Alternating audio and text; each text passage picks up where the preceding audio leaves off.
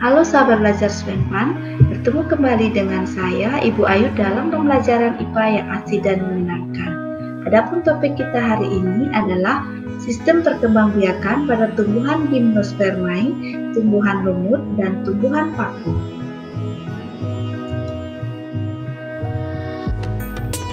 Adapun tujuan pembelajaran kita hari ini yaitu menganalisis perkembangbiakan tumbuhan Gymnospermae, tumbuhan lumut, dan tumbuhan paku.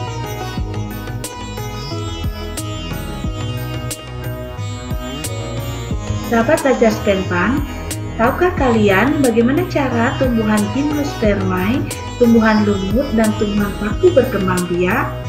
Untuk mengetahuinya, silakan tonton video ini sampai akhir ya.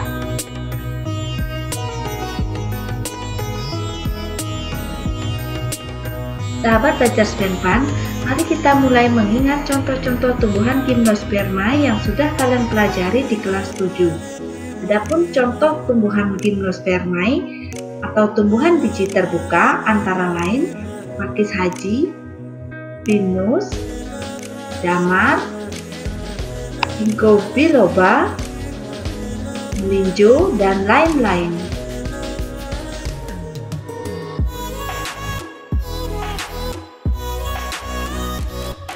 Tumbuhan Gymnospermae sering digunakan sebagai tanaman hias, obat-obatan, dan juga sebagai bahan makanan.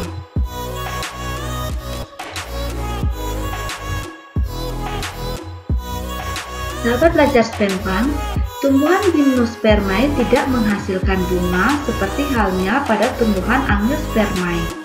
Namun, tumbuhan Gymnospermae memiliki alat reproduksi generatif yang disebut ujung atau strobilus. Nah, sahabat belajar Svenpan bisa melihat pada gambar tumbuhan pinus terdapat strobilus atau rujung jantan dan rujung betina. Tumbuhan Gymnospermae juga dapat melakukan reproduksi secara aseksual, yaitu dengan menggunakan tunas akar. Contohnya adalah pada pakis haji.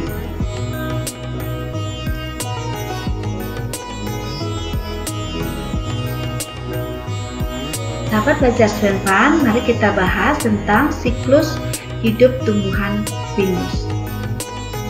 Tumbuhan pinus dewasa menghasilkan strobilus jantan dan strobilus betina pada satu pohon. Pada strobilus jantan terdapat mikrosporamia dan mengalami pembelahan meiosis menjadi mikrospora atau spora jantan. Mikrospora akan berkembang membentuk serbuk sari. Serbuk sari pada tumbuhan pinus memiliki sayap. Strobilus betina tersusun dari banyak megasporofil. Tiap megasporofil mengandung 2 bakal biji. Tiap bakal biji mengandung megasporamium atau kotak spora.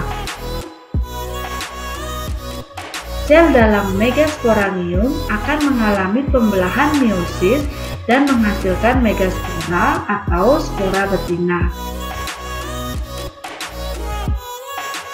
Inti megaspora akan membentuk sel telur. Penyerbukan pada Gymnospermae terjadi jika serbuk sari menempel pada lubang bakal biji. Jika cairan menguap, maka serbuk sari dapat masuk ke bakal biji dan terjadilah proses pembuahan atau fertilisasi dan menghasilkan zigot.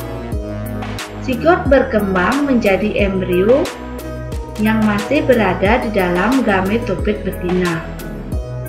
Biji pinus yang berisi embrio memiliki struktur mirip sayap agar mudah diterbangkan oleh angin, sehingga dapat tumbuh jauh dari induknya. Benih pinus yang tumbuh akan berkembang menjadi tumbuhan pinus dewasa dan siklus tersebut berlangsung kembali seperti semula.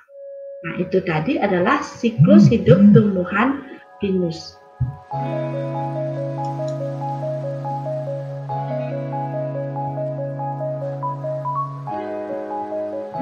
Sahabat belajar Svenpan, mari kita lanjutkan pembahasan kita sekarang tentang perkembangbiakan tumbuhan lumut.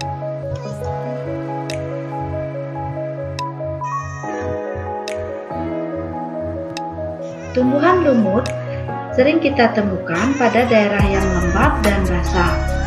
Adapun beberapa contoh tumbuhan lumut antara lain lumut hati, lumut daun, lumut tanduk, seperti yang terlihat pada gambar.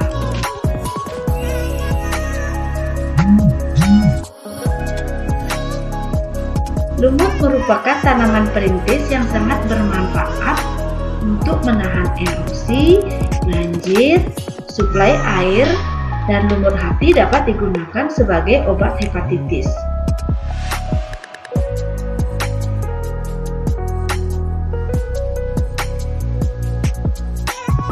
Lumut merupakan tanaman yang bersifat halus, jadi strukturnya belum terlihat jelas antara akar, batang, dan daun.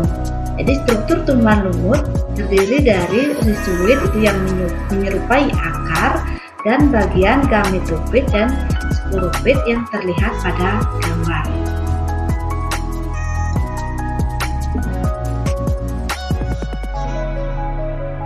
Lumut mengalami pergiliran keturunan yang disebut dengan metagenesis.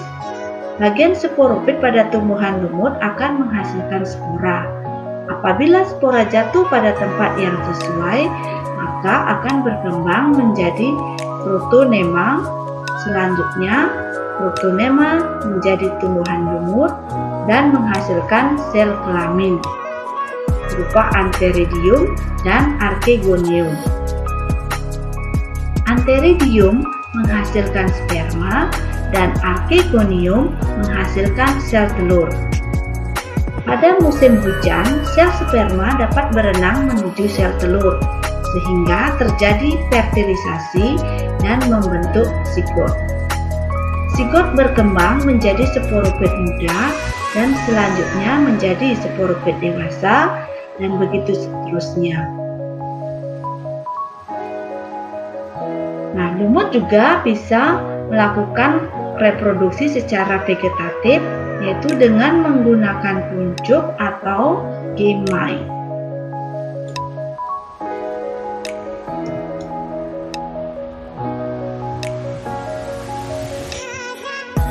Secara bagan, metagenesis lumut dapat ditulis seperti yang terlihat pada layar.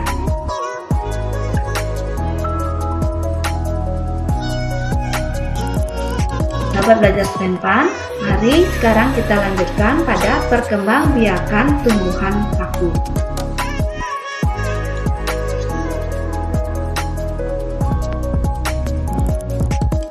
Kita mulai dari jenis-jenis paku. Jadi banyak terdapat jenis-jenis paku seperti yang terlihat pada gambar, ada paku kurbang, paku kawan, paku ekor kuda, dan ada paku sejati.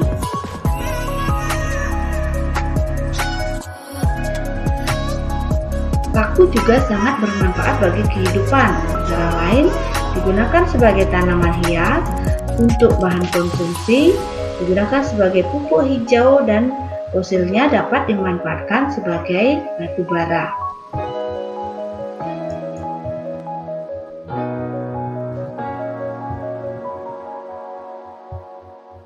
Paku merupakan tumbuhan sejati, sehingga kita dapat melihat jelas antara akar, batang, dan daun, seperti yang terlihat pada layar.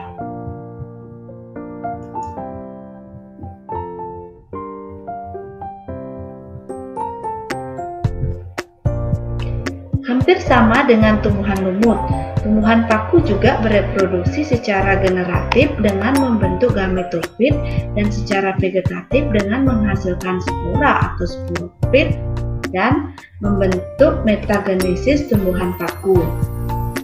Metagenesis tumbuhan paku kita mulai dari tumbuhan paku dewasa yang memiliki kotak spora pada bagian belakang daun paku. Jika kadar air pada kotak spora berkurang, maka kotak spora akan pecah dan menghasilkan spora. Spora akan tersebar dan akan tumbuh menjadi protalium. protalium menghasilkan antheridium dan archegonium. Antheridium menghasilkan sel sperma, sedangkan archegonium menghasilkan sel telur. Jika sel sperma sampai pada sel telur, maka akan terjadi fertilisasi dan terbentuklah zigot. Zigot kemudian berkembang menjadi tumbuhan paku baru.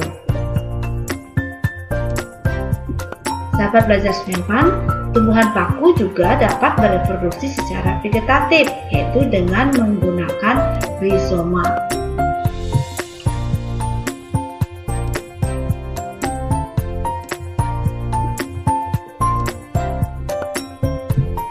Secara bagan, metagenesis tumbuhan paku dapat kita lihat pada layar sesuai dengan yang sudah Ibu jelaskan tadi. Nah, sahabat belajar SMENPAN, semoga pembelajaran hari ini dapat bermanfaat bagi kalian dan dapat kalian pahami. Tetap selalu semangat dalam belajar. Terima kasih atas atensinya. Sampai bertemu kembali pada video berikutnya. See you.